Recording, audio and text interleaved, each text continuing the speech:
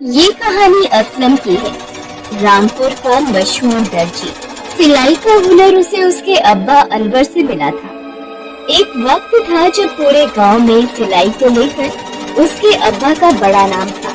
दूर दूर से लोग उनसे अपने कपड़े सिलवाने आते थे। लेकिन कुछ महीने पहले ही एक सड़क हादसे में अनवर ने अपना एक पैर खो दिया था और एक हाथ भी अब काम करने के लायक नहीं था। अब वो सिलाई नहीं कर सकते थे। असलम तब तक सिलाई के बारे में ज्यादा कुछ नहीं जानता था। वो तो 12वीं के एग्जाम की तैयारी में लगा हुआ था। लेकिन उस सड़क हादसे के बाद अचानक ही सब कुछ बदल गया। घर में अब्बा, अम्मी और छोटी बहन नज़मा की पूरी जिम्मेदारी असलम पर आ गई थी। ना चाहते हुए भी उसे पढ़ाई छोड़नी पड़ी और अब्बा की सिलाई की दुकान संभालने लगी। पहले उसे सिलाई का काम उतना नहीं भाता था, इसलिए कभी मन लगाकर सीखा नहीं। लेकिन जब जिम्मेदारी पड़ी तो उसने भी महसूस किया कि उसके हाथों में भी अब्बा वाली बात थी। सिलाई में माहिर होने में उसे ज्यादा वक्त नहीं लगा और अब्बा तो थे ही उसे सिखाने के लिए। असलम मेहनती तो था ही, पर उसके अलावा उसे दूसरों की मदद करना बहुत अच्छा लगता था। कुछ ही दिनों में ईद का त्योहार आने वाला था। असलम अपने मोहल्ले के गरीब बच्चों के लिए नए कुर्ते पजामे सिलने में लगा हुआ था। तभी उसके अब्बा वहाँ आते हैं और उसे बीच में टोकते हैं। असलम, बेटा क्या कर रहे हो? अरे अब्बा, आप वो मोहल्ले के बच्चों के लिए कुर्ते पजामे सिल रहा था। ईद आने वाली है ना, मेरा हाथ भी साफ होगा और बच्चे भी खुश हो जाएंगे। वो तो बेटा ठीक है, लेकिन कुछ कमाई के बारे में भी सोचो। इसमें तो उल्टा कपड़े और धागे का खर्चा ही मोल ले रहे हो। आज कोई आया क्या कपड़े सिलवाने? अब तक तो कोई नहीं आया अब्बा।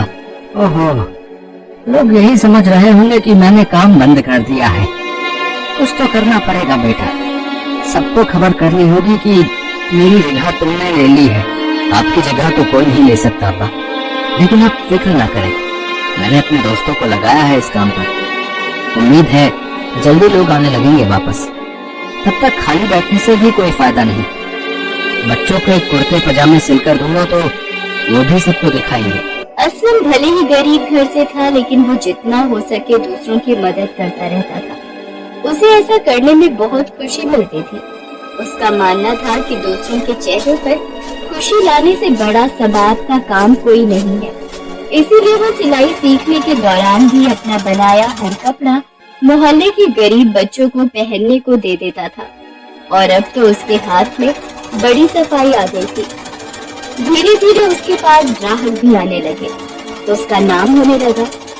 हालांकि पहले जितनी कमाई नहीं थी, लेकिन फिर भी असलम पूरी मेहनत कर रहा था। उसके पास जो सिलाई मशीन थी वो भी बहुत पुरानी हो गई थी, लेकिन नई मशीन खरीदने के लिए उसके पास पैसे नहीं थे। वहीं असलम के गांव से थोड़ी दूर शहर में खान साहब रहते थे, कपड़े के थोक कारोबारी। इलाके में लगभग हर जगह उन्हीं के यहाँ से कपड़ा जाता था। इलाके में बड़ा नाम था उनका। खान साहब के 2 बेटे थे, बशीर और रशीद। खान साहब ने जीवन भर कड़ी मेहनत से इतना बड़ा कारोबार खड़ा किया था। पैसों की कोई कमी नहीं थी, बस कमी थी तो भरोसे की, जो खान साहब कभी अपने बेटों पर नहीं कर पाए। एक दिन खान साहब अपने बड़े बेटे बशीर से, बशीर, वो जो मैंने तुम्हें 50,000 रुपए दिए थे कल, मदरसे में पहुंचा दिए तुमने? हाँ अबू, मैंने वो रशीद को कह दिया था पहुंचाने को। उसने पहुंचा दिए होंगे। पहुंचा दिए होंगे से क्या मतलब है? बुलाओ रशीद को अभी। बशीर रशीद को अपने साथ लेकर आता है। अब्बू, वो मैंने पैसे पहुंचा दिए थे कल ही। ना मुरादो, बाप से झूठ बोलते हो, शर्म नहीं आती? मदरसे में कोई पैसे नहीं पहुंचे हैं। मेरी अभी बात हुई है फोन पर। कहाँ गए पैसे? सच सच बताओ मुझे। अब्बू, वो पैसे एक दोस्त को जरूरत थी तो इसलिए। दोस्त को जरूरत थी तो मुझसे मांग लेते। दीनदारी के पैसे लेने की क्या जरूरत थी? दोबारा ऐसा नहीं होना चाहिए। अब जाओ मेरे सामने से। खान साहब को भी असलम की तरह दीनदारी मतलब जरूरतमंदों की मदद करना बहुत अच्छा लगता था। उन्हें जब भी मौका मिलता वो पैसों से गरीबों की मदद करते रहते थे। लेकिन उनके दोनों बेटे एक नंबर के अय्याश और पैसे उड़ाने वाले थे। वो झूठ बोलकर अपने अब्बू से पैसे लेते और पीने खाने में उड़ा देते थे। खान साहब भी उनके झूठ को खूब समझते थे, लेकिन कुछ कर नहीं सकते थे। उनकी बेगम का बहुत पहले ही इंतकाल हो गया था। खान साहब अपना कारोबार बेटों को सौंपना चाहते थे, लेकिन उनकी हरकतों को देखते हुए ऐसा कर नहीं पा रहे थे। उन्होंने अपने कारोबार के साथ साथ महरम नाम का एक ट्रस्ट भी खोला हुआ था, जो सिर्फ गरीबों और जरूरतमंदों की मदद करने का काम करता था।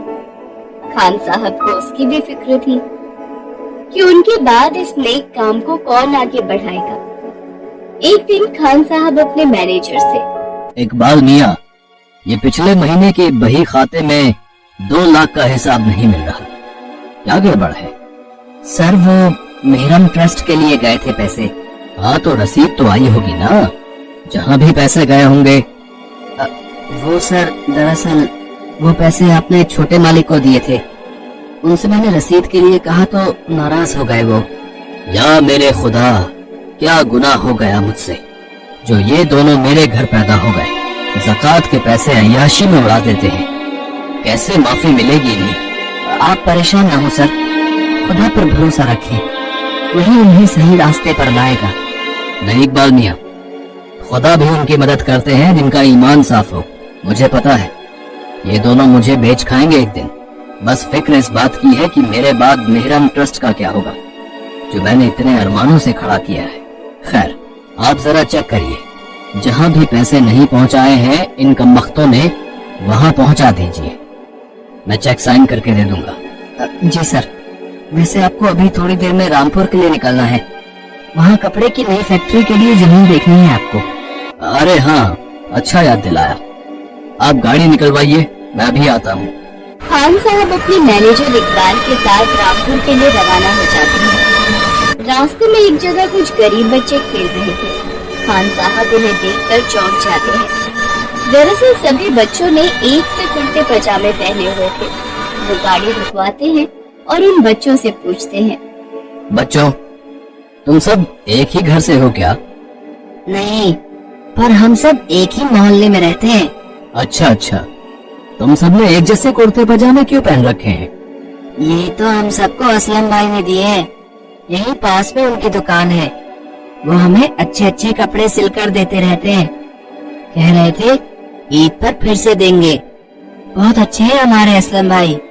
बच्चे फिर से खेलने लग जाते हैं, लेकिन अब खान साहब का असलम से मिलने का मन करता है। वो लोगों से रास्ता पूछकर उसकी दुकान पर पहुंचते हैं और कहते हैं, अरे असलम भाई की दुकान यही है क्या? जी जनाब, बिल्कुल सही जगह आए हैं आप। बताइए क्या खिदमत कर सकता हूँ? खान साहब दुकान को देखकर असलम की माली हालत का अंदाजा लगा लेते हैं। वो असलम को आजमाने का फैसला करते हैं और उससे कहते हैं, बेटा सुना है बड़े अच्छे कुर्ते पजामे सिल लेते हो, एक ऑर्डर देना था 50 कुर्ते पजामे का। कपड़ा मेरा और सिलाई तुम्हारी, लेकिन परसों तक चाहिए मुझे। 50? जी जनाब, बिल्कुल हो जाएगा। फिर असलम अपनी पुरानी जंग लगी सिलाई मशीन की तरफ देखता है और उदास हो जाता है। वो सोचने लगता है कि इस पुरानी मशीन के साथ वो इतनी जल्दी 50 कुर्ते पजामे कैसे सिल पाएगा। खान साहब उसे देखकर समझ जाते हैं। वो तुरंत ही 10,000 रुपए असलम को देते हैं और कहते हैं, फिक्र मत करो बेटा, ये पैसे रखो और जाकर नई मशीन खरीद लो। अब तो ऑर्डर पूरा कर दोगे ना? जी जनाब, बिल्कुल हो जाएगा, बहुत बहुत शुक्रिया आपका।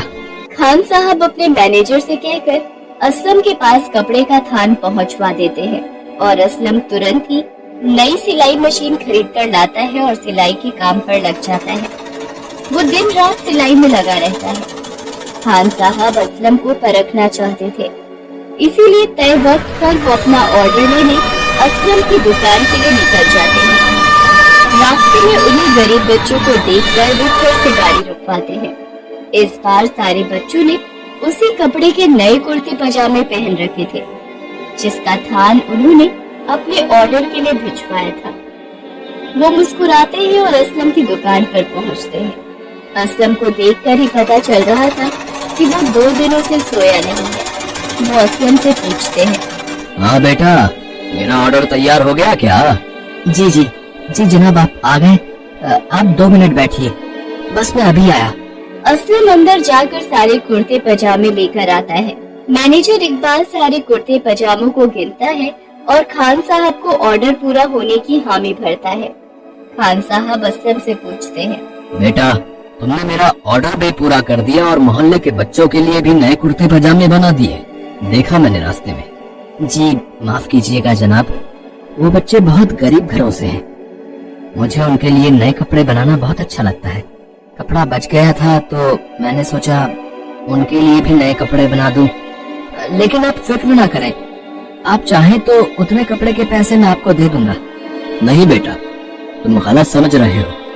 मैं तो बहुत खुश हूँ ये देखकर कि माली हालत खराब होते हुए भी तुम में दूसरों की मदद करने का जज्बा है, जो मैं अपनी औलादों में हमेशा ढूंढता रहा पर मुझे कभी नहीं दिखा। बेटा, मेरा एक ट्रस्ट है मेहरम, वो मैंने ऐसे ही नेक मकसद के लिए बनाया था।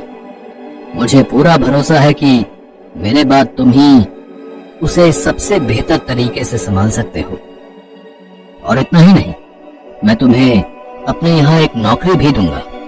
जी मैं कुछ समझ नहीं पा रहा हूँ कि आपसे क्या कहूँ। ईद आने वाली है और अल्लाह ने तुम्हारे नेक इरादों और मेहनत का इनाम दिया है तुम्हें। इसे अपनी ईद ही समझ लो बेटा। मुझे बड़ी उम्मीदें हैं तुमसे। असलम खान साहब की बात मान लेता है। खान साहब उसे गले लगा लेते हैं। वो उसे अपने यहाँ सुपरवाइजर की नौकरी पर रख लेते हैं। साथ ही महरम ट्रस्ट का सारा कामकाज भी उसे सौंप देते हैं। असलम और उसका परिवार अब बहुत खुश था। असलम की न सिर्फ गरीबी दूर हो गई थी, बल्कि महरम ट्रस्ट की शक्ल में जरूरतमंदों की मदद करने का इतना अच्छा जरिया भी उसे मिल गया था। दूसरी तरफ खान साहब भी अब सुकून में थे। उन्हें अपने ट्रस्ट के लिए सही वारिस जो मिल गया था।